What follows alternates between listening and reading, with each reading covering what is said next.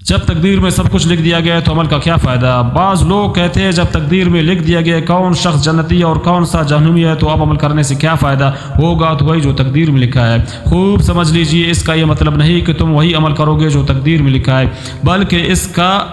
مطلب یہ ہے کہ تقدیر میں وہی بات لکھی ہے جو تم اپنے اختیار سے کرو گے۔ اس لیے تقدیر تو علم الہی کا نام ہے اور اللہ تعالیٰ کو پہلے سے پتہ تھا کہ تم اپنے اختیار سے کیا کچھ کرنے والے ہو، لہٰذا وہ سب اللہ تعالیٰ نے لوح محفوظ ملک دیا ہے۔ لیکن تمہارا جنت میں جانا یا جہنم میں جانا در حقیقت تمہارے اختیاری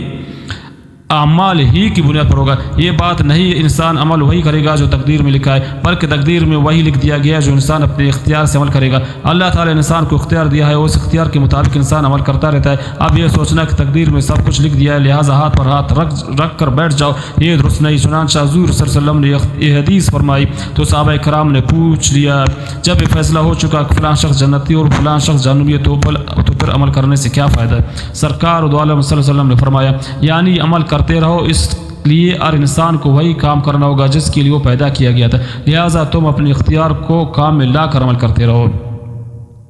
جب تقدیر میں سب کچھ لکھا ہوا ہے تو تدبیر کی کیا ضرورت ہے؟ اور یہ تقدیر عجیب و غریب عقیدہ ہے جو اللہ تعالیٰ نے ہر صاحب ایمان کو عطا فرمایا۔ اس عقیدہ کو صحیح طور پر نہ سمجھنے کی وجہ سے لوگ طرح طرح کی غلطیوں میں مبتلا ہو جاتے ہیں۔ پہلی بات یہ ہے کہ کسی واقعہ کے پیش آنے سے پہلے تقدیر کا عقیدہ کسی انسان کو بے عملی پر آمادہ نہ کرے۔ مثلا ایک انسان تقدیر کا بہانہ بنا کر ہاتھ پر ہاتھ رکھ کر بیٹھ جائے اور یہ کہ جو تقدیر میں لکھا ہے وہ ہو کر رہے گا، میں کچھ نہیں کرتا، یہ عمل حضور اقدس صلی اللہ علیہ وسلم کی تعلیم کے خلاف ہے، بلکہ حکم یہ ہے کہ جس چیز کے حاصل کرنے کی جو تدبیر ہے اس کو اختیار کرو، اس کے اختیار کرنے میں کوئی کسر نہ چھوڑو۔ دوسری بات یہ کہ تقدیر کے عقیدے پر عمل کسی واقعہ کے پیش آنے کے بعد شروع ہوتا ہے۔ مثلا کوئی واقعہ پیش آ چکا تو ایک مومن کا کام یہ ہے کہ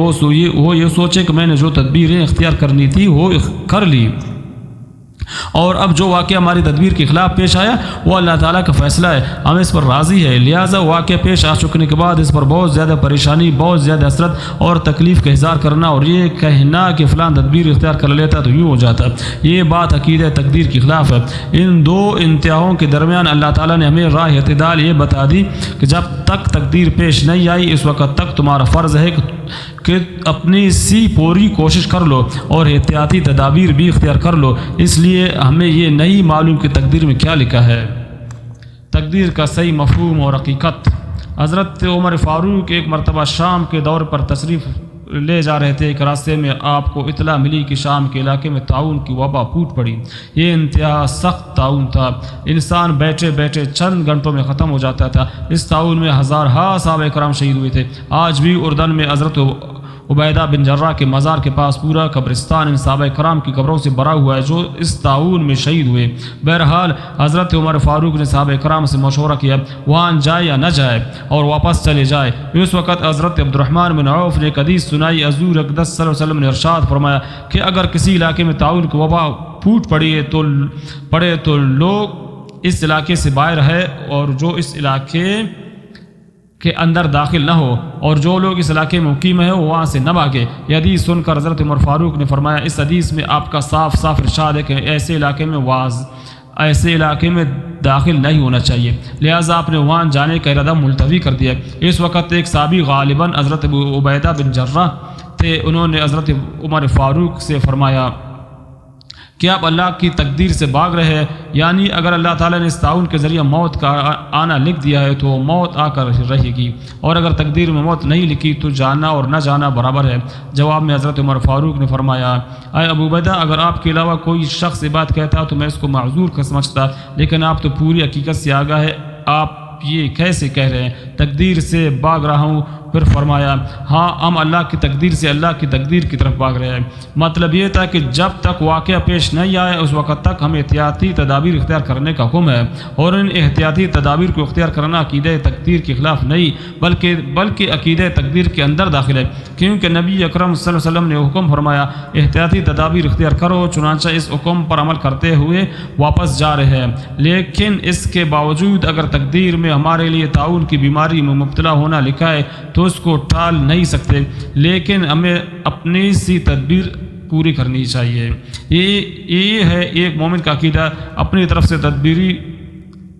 یہ ہے ایک مومن کا عقیدہ کہ اپنی طرف سے تدبیر پوری کی، لیکن تدبیر کرنے کے بعد معاملہ اللہ تعالیٰ کے حوالے کر دیا اور یہ کہہ دیا کہ یا اللہ ہمارے ہاتھ میں جو تدبیر تھی وہ ہم نے تو اختیار کر لیے، اب معاملہ آپ کے اختیار میں ہے، آپ کا جو فیصلہ ہوگا ہم اس پر راضی رہیں گے، ہمیں اس پر کوئی اعتراض نہیں ہوگا۔ لہٰذا واقعہ پیش آنے کے بعد سے واقعہ کے پیش آنے سے پہلے عقیدہ تقدیر کسی کو بے عملی پر آمادہ نہ کرے، جیسے کہ بعض لوگ عقیدہ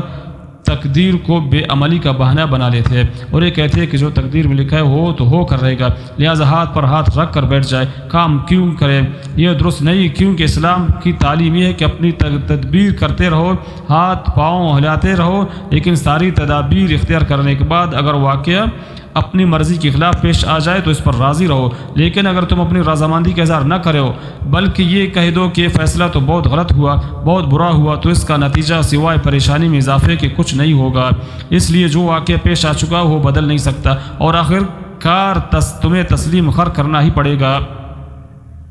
وہ بدل نہیں سکتا اور آخر کار تمہیں سر تسلیم خم کرنا ہی پڑے گا، اس لیے پہلے دن ہی اس کو تسلیم کر لینا چاہیے، جو اللہ تعالیٰ کا فیصلہ اس پر راضی ہے۔